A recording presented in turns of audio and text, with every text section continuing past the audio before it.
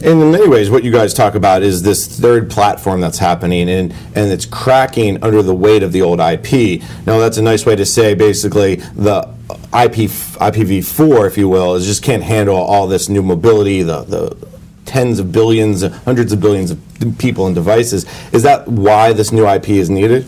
I think one of the reasons it's needed is because we had a model in the past where we scaled our capacity to the users of our network. It doesn't match anymore. We simply cannot continue to expend capital and operational cost at the rate that the interaction with these networks is occurring. So that's really what's driving the IP, is a massive and radical simplification in the design of the network and a kind of automation and scale that we really have never seen before. Yeah, and furthermore, if you think to what Phil said, from thousands of websites to billions, right? And from billions of devices connected to trillions, right? So what's happening is that, and then the world's data so far has been created largely by people touching it. The data that will be created tomorrow will be largely generated by things that connect to the network.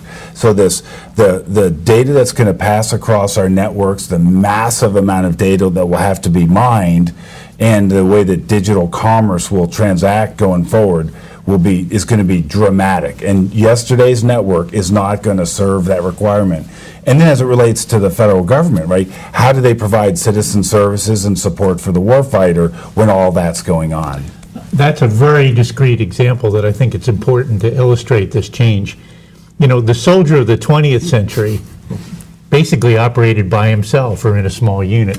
Think about what the digital soldiering unit looks like today. The amount of data that's created by every individual troop on today's battlefields.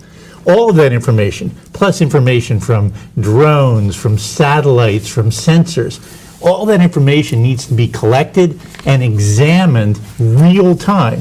And if it's not, we put our warfighters at risk. Today's network can't do that. And that's the problem that the new IP solves.